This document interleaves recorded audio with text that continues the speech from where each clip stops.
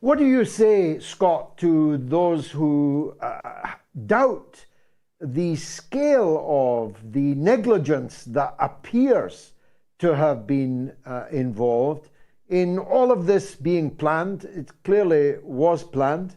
The build up to it must have been long in the making. And yet, this most heavily surveyed patch of earth in the world, all this was taking shape and then executed with quite spectacular levels of military success, however ghastly. Look, there's no doubt that Hamas has pulled off, and this will be studied for years. Again, military professionals have to put aside politics and study military events with a professional eye. And what Hamas did yesterday is one of the most remarkable military feats in modern history.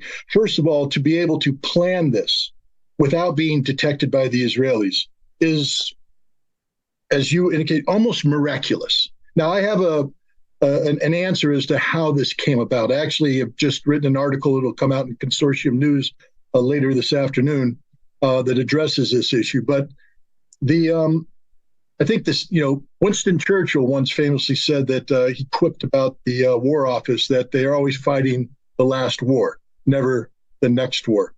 Israel is guilty of that in my mind.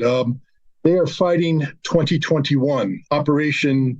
I forget whatever they named so many things. Wall Guardian or Guardian on Walls or something. Been so many of them, yeah. But Israel openly bragged at the end of this conflict, which they claim to have won, and yet Hamas still exists. They said this was the first artificial intelligence war. That you mentioned it. It's the most heavily surveilled piece of terrain in the world. Every 10 minutes, every meter of Gaza is photographed by Israel.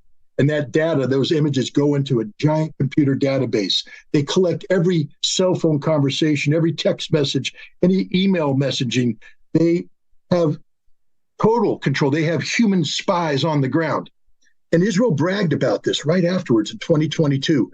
The first artificial intelligence battle, we had total domination of the information spectrum, and we were able to use artificial intelligence to predict outcomes, meaning that it wasn't a human being now that is telling Israel what to do. It is a computer algorithm put together by Israeli intelligence, and the Israelis bragged about this. And I will say this about Hamas and about the Palestinians and about Hezbollah.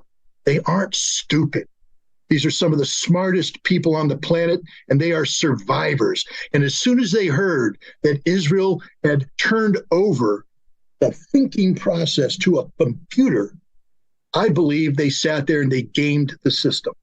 And they sat there and they created a whole bunch of artificial information that lulled the computer into a false sense of complacency. And because the Israelis had yielded their thinking ability to a computer, they went into Yom Kippur mode. And I don't mean this year, I mean 1973, where once again, all the information was there that an attack was going to take place.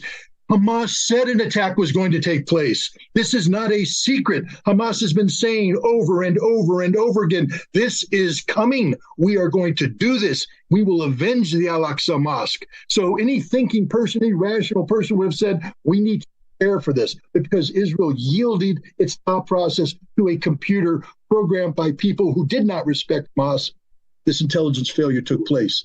That's what I firmly believe.